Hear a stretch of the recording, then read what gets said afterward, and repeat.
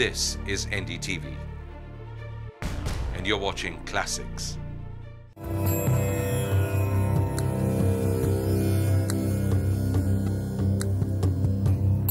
जख्म, वो चोट जो शरीर को लगी, वो दर्द जो दिल को पहुंचे। मुंबई पर हमला 60 घंटे तक पूरी दुनिया ने टीवी पर देखा। हादसे को कईयों ने बयान किया, तो वहीं कई कहानियां ऐसी भी थी जो ना ही कहीं दिखाई गई और ना ही सुनाई गई। वजह उन्हें सुनाने वाले ही नहीं रहे। तो वहीं कई लोग ऐसे भी थे जो उस हादसे में बच गए। आज उनमें से ही कुछ की कहानी आपके लिए, ताकि आप उन्हें देखें और ये सोचने पर मजबूर हो जाएं कि क्या वाकई वो जख्म जरूरी थे।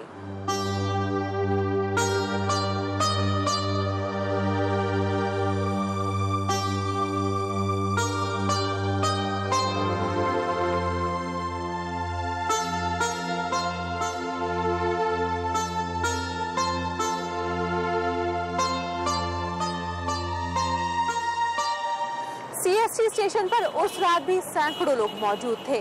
कोई साथी को छोड़ने आया था तो कोई मां से मिलने जा रहा था। सबसे पहले हमला यही हुआ और सबसे ज्यादा लोग भी यही मारे गए। धनंजय बच गए, लेकिन उनके सीने में हमेशा के लिए उस हमले के निशान दफन हो गए।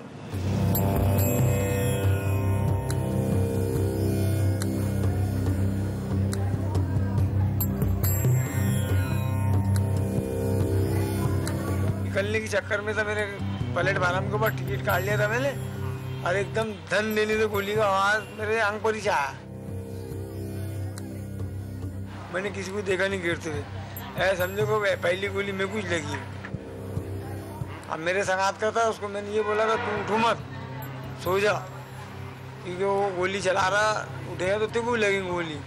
बोले उसने मेरे संगात वाले पूछा तेरे को क्या हुआ था, मैंने मेरे को गोली लग गई। भाई कहाँ लगी ये नहीं मालूम, बाकी मैं होश में हूँ। तो वैसे मेरे को दवा खाने मिला है संजय हॉस्पिटल में, टैक्सी वालों ने। भाई गोली मेरे अंदर थी, मालूम भी नहीं कि वे छाते में गोली है। इसमें से जहर निकाले, फिर फोटो काढ़े, फिर फोटो में गोली थी छाते में। तो गोली ने छाते का कोई नुकसान नहीं करी, न हवा की नली को, ना वाल की, ना काय को, अपनी जगह पर रुकी है।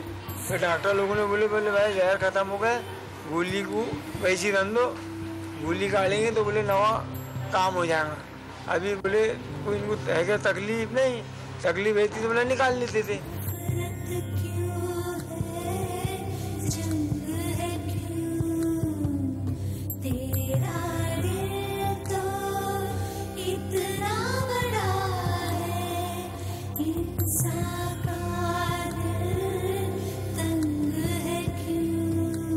कहते हैं किस्मत सबसे ताकतवर होती है।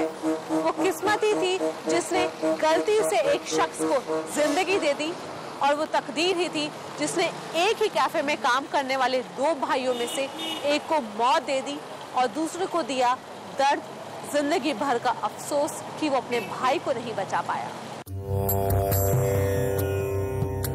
बराबर 9:40 की टाइम थी।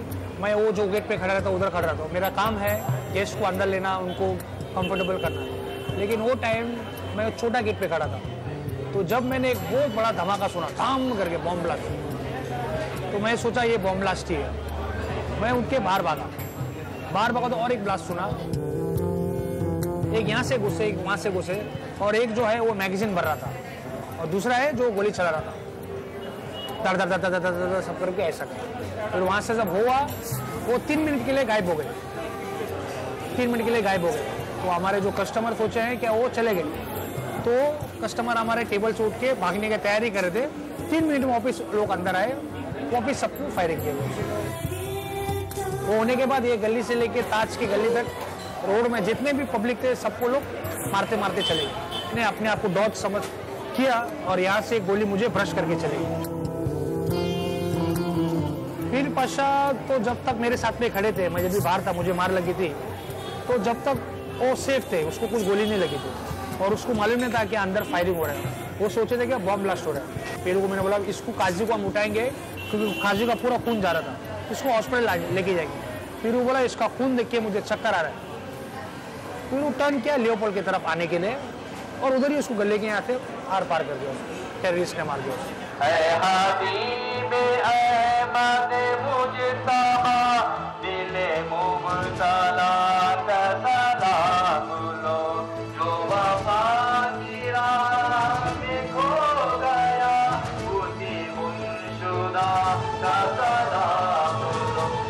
नवंबर की रात लियोपोल्ड कैफे में दो सगे भाई मौजूद थे।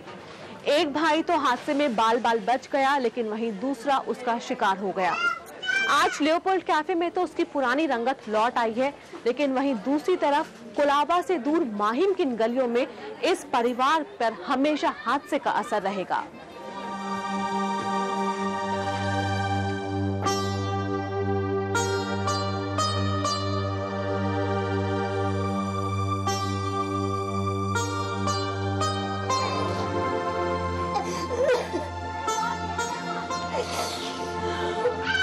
हमारे पापा हमारी पढ़ाई पर बहुत ध्यान देते थे। अगर हम लोगों को किसी चीज की जरूरत पड़े, हमारे एक बार बोलने पर ही सब कुछ लाकर दे देते थे। तो हम लोग मम्मी को बोले मम्मी ये बना दो, अगर मम्मी ने कभी ना भी बोल दिया तो पापा खड़े होकर खुद बना कर दे देते। मैं चाहती मेरे भाई बहन पढ़ लिख कर कुछ बने, मेरे अब्बा का नाम रोशन करे। हम लोग बस रात भर दुआ करते बैठे थे हमारे अब्बा हमारे पास आ जाए। हम लोग को ये भी नहीं पता था कि हमारे अब्बा हमारे पास कभी नहीं आ सकते। हमारे अब्बा को रोना, हम लोग रोते तो अच्छा नहीं लगता है, फिर हम इतना कोशिश करते हैं ना रोए, फिर भी थोड़ी थोड़ी देर में याद आ जाती है। इसलिए हमारे अब्बा की बहुत याद आती है कि हमारे अब्बा ने हम लोगों को कभी अकेला छोड़ा ही नहीं है। खाना खाते वक्त अगर खाना खाते हैं तो अगर हम नहीं खाए तो हमको अपने हाथों से खिलाते थे। ऐसा कोई दिन नहीं गया जिसके अब्बा खुद अकेले खाया और हम लोगों को छोड़ दिया। मेरा भाई मैं दोनों हम लोग ड्यूटी में थे, वेटर में, रेस्टोरेंट में। उसके बाद मोबाइल था भाई के जेब में, दूसरे मोबाइल से फ़ोन लगाया तो रिंग बज रहा था, उठा रहा नहीं था फ़ोन। तो मैं सोचा गड़बड़ में शायद कहीं छुपा होगा, नहीं उठा रहा। तो मेरे को वहाँ भी मिला नहीं भाई मेरे को, तो मेरे को हॉस्पिटल में डायरेक्ट मेरा भाई का डेथ बॉडी मिला डायरेक्ट। अभी फाइव की 5 बच्चे फैमिली है, और उसके लिए ज़बरदस्ती काम करना पड़ा है। काम करने को मेरे को भी मन नहीं लगता, क्या करें। पहले ये सब मुंबई में रहा नहीं मैडम, आजकल मुंबई में सोच नहीं सकते कि कल क्या होगा, आज का कल का कोई भरोसा नहीं, गारंटी नहीं दे सकते। ऐसा हो गया मुंबई में।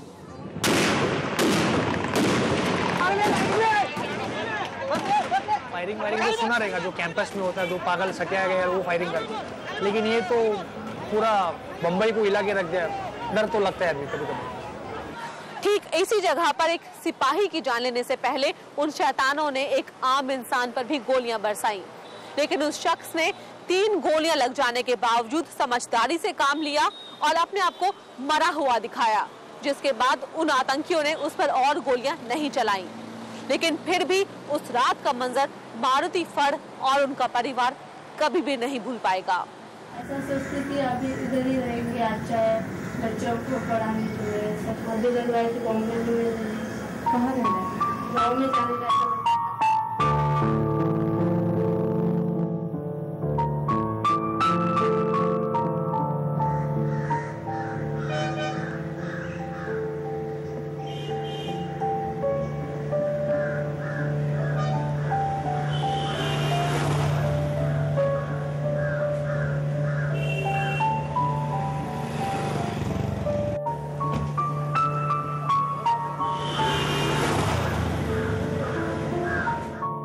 जब मैं उनको देखा, इमीडिएटली मेरा बैक से ड्राइविंग सीट है वो मैं बैक से कर लिया और मैं स्टीयरिंग के नीचे घुसा।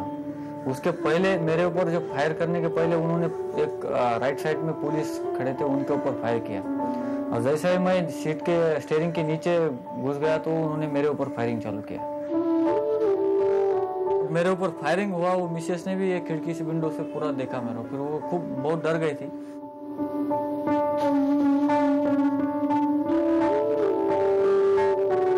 उनका फायरिंग हो रहा था, उनको जब भी पुलिस ने निकाला ये सब हमने देखा था।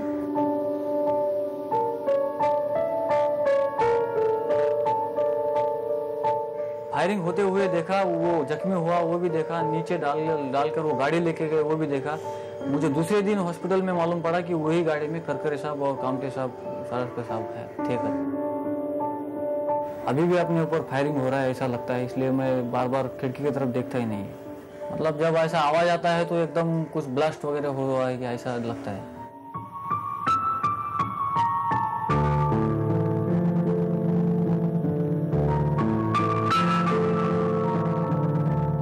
बाहर को निकलने के तो दिल ही नहीं करता है। मतलब किधर से कोई आएगा, कोई ऐसा बहुत डर लगता है। बाहर तो नहीं जाने को मन ही नहीं करता है मेरा तो।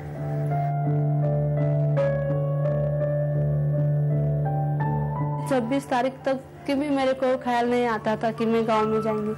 मेरे को इधर ही रहने के लिए अच्छा लगता है। अब तक तो हम बच्चों को नीचे कभी लेके गए नहीं हो, भेजते भी नहीं और जाते भी नहीं हम नीचे।